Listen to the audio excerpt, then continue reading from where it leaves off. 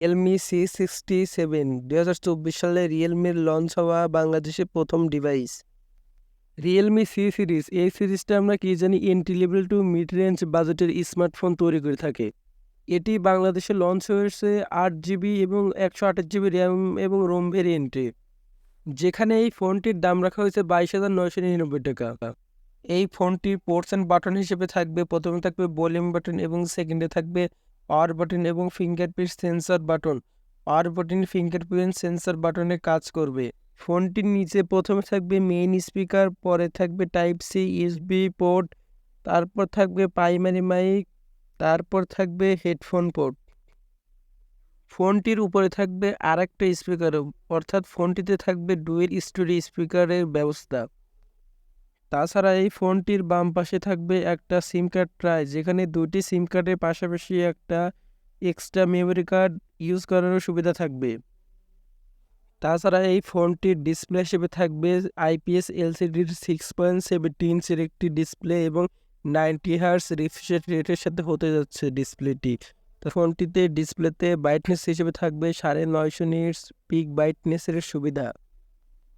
এই ফোনটিতে ক্যামেরা হিসেবে থাকবে ডুয়েল ক্যামেরা সেটআপ, যার প্রথম সেন্সরটি হচ্ছে 108 মেগাপিক্সেল, যার অ্যাপারচার হলো 1.8 অ্যাপারচার। দ্বিতীয় সেন্সরটি হলো একটি ডিপ সেন্সর, যার 2 মেগাপিক্সেল হবে, যার অ্যাপারচার 2.4 অ্যাপারচার। এই ফোনটির ফ্রন্ট ক্যামেরায় থাকবে একটি 8 মেগাপিক্সেলের ক্যামেরা, যার অ্যাপারচার 2.05 অ্যাপারচার। এই ফোন দিয়ে, এই সকল ক্যামেরা দিয়ে ফোনটি ভিডিও রেকর্ড করতে পারবে 1080p 30fps-এ। এই ফোনটিতে Realme UI operating system Android 14 latest ভার্সনের সুবিধা থাকবে। তাছাড়া এই ফোনটির র্যাম হিসেবে থাকবে 8 জিবি এবং রোম হিসেবে থাকবে 128 জিবি। এই ফোনটির চিপসেট হিসেবে থাকবে স্ন্যাপড্রাগন 685 6nm এর একটি চিপসেট।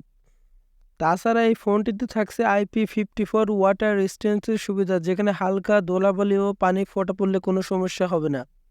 এই ফোনটিতে অনেক ধরনের সেন্সর থাকবে, যেমন gyroscope, light sensor, proximity sensor etcetera. আর এই ফোনটিতে ব্যাটারি হিসেবে থাকবে 5000 mAh বিগ ব্যাটারি, এবং এই ব্যাটারিকে চার্জ করার জন্য 33 ওয়াটের একটি ফাস্ট চার্জিংয়ের সুবিধা থাকবে। আজ এই পর্যন্তই। ভিডিওটি যদি ভালো লাগে থাকে ভিডিওটিকে একটি লাইক দিন, একটি কমেন্ট করুন এবং আমার এই চ্যানেলটিকে সাবস্ক্রাইব করতে ভুলবেন না। দেখা হবে আবার অন্য কোনো নেক্সট ভিডিওতে।